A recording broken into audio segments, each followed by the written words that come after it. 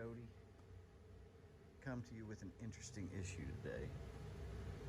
Working on a 2011 GMC 2500 HD with a 6-liter gas engine in it. It's a friend of mine's truck, so you know it's going to be a completely effed up problem that you never ever see again. But anyways, he said, yo, truck been running fine. I went to work, went to leave at lunchtime, and it wouldn't start, wouldn't crank or nothing. So I thought maybe my battery's dead. Went and got a battery, put a battery in it. Same thing. Any ideas? I'm like, well, let me come and look at it. I'll see what I see. So anyway, got there. He's right. There's a bunch of error codes on the message center in the dash. Service this system, service that system. The gauges weren't working really. The only one I saw working at all was the volt gauge. The rest of them just kind of stayed put. Anyway, wouldn't crank. Wouldn't even act like it wanted to crank. So I went to the fuse box here under the hood, found the starter relay, took it out, used a little jumper wire, jumpered it over with the key on, thing cranked over fine. Still did not start. Like, okay, well, it's a deeper problem. Let me be back in a little bit. I'll bring my scanner. We'll see what we see. So I come back with the scanner, plug it in, did like a general code scan, and it did its thing, come back, didn't really have any code, had like one security code that I cleared and wouldn't come back, wasn't active. But I went ahead and asked him if he had a spare set of keys. He did. Went and got them, tried those keys, same thing, no security issue. There was no security light blinking or anything. So I decided I'm gonna go into the instrument cluster because that was weird. No, that was working. I communicated with the instrument cluster,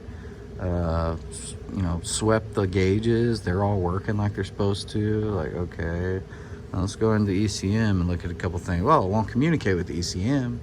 Like, well, that's weird. It won't communicate with the BCM. Won't communicate with the TCM. There's several it won't communicate with, but there's several it will. I'm thinking, all right, we gotta tow this thing to the shop. Something freaking weird's going on with it. And anyway, get it to the shop.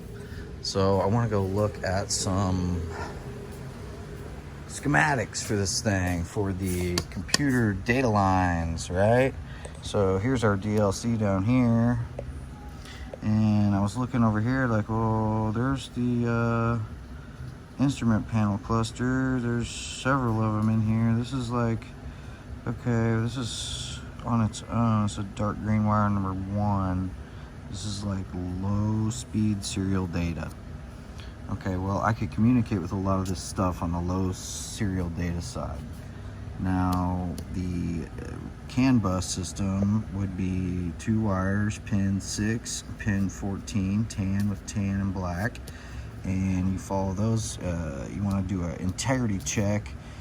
They've got 2 terminating resistors in the circuit of 120 ohms apiece. One of them is in the chassis harness on the left rear chassis cross member, and the other one is engine control module inside the engine control module there. So you got 220 ohm resistors. That's what they have been for a long time.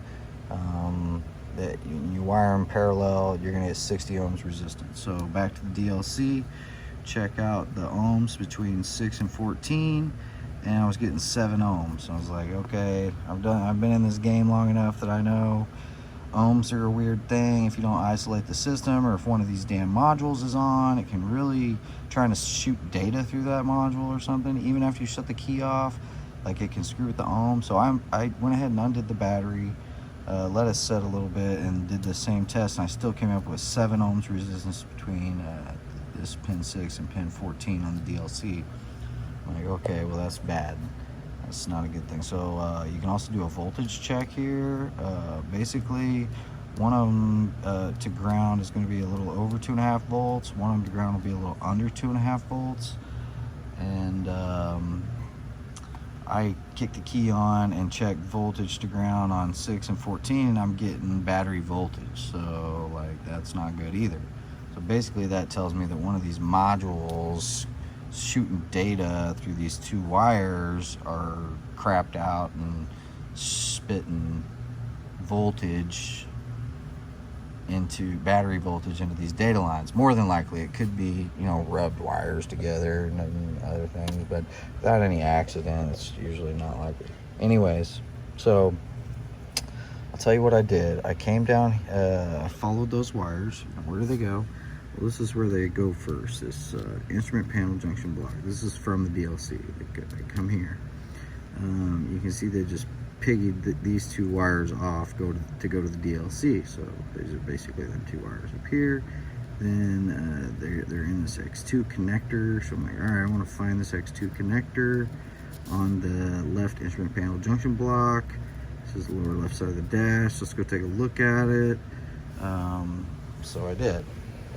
And I'll go ahead and show you where that sucker is, so you know what I'm talking about. Alright, get a little more light down here. Alright, this is the junction block. Alright, it's just mounted, had this cover over it down here by the brake pedal. Anyway, on the back side, if I can see this connector here on the bottom is the X2 connector. So I unplugged that connector and the truck fired right up. I thought, okay, well, it's telling me something. So went back to the module, which is nice. It fired up, then I could actually drive it in the shop so it would work outside on it. Went back to the module. I started looking at this connector a little bit. I noticed that these two tan black wires, which are connected, you know, a roundabout kind of way, are also on that X2 connector, and they're pins P5 and N5. So I found those two pins on the same connector that I unplugged earlier and ohmed between the two, and I found 7 ohms resistance. I'm like, all right, so my problem is from here, somewhere in here is my problem. So I just start looking. I'm like, man, I've been around Chevys long enough, and I know this damn EBCM, the brake controller for ABS.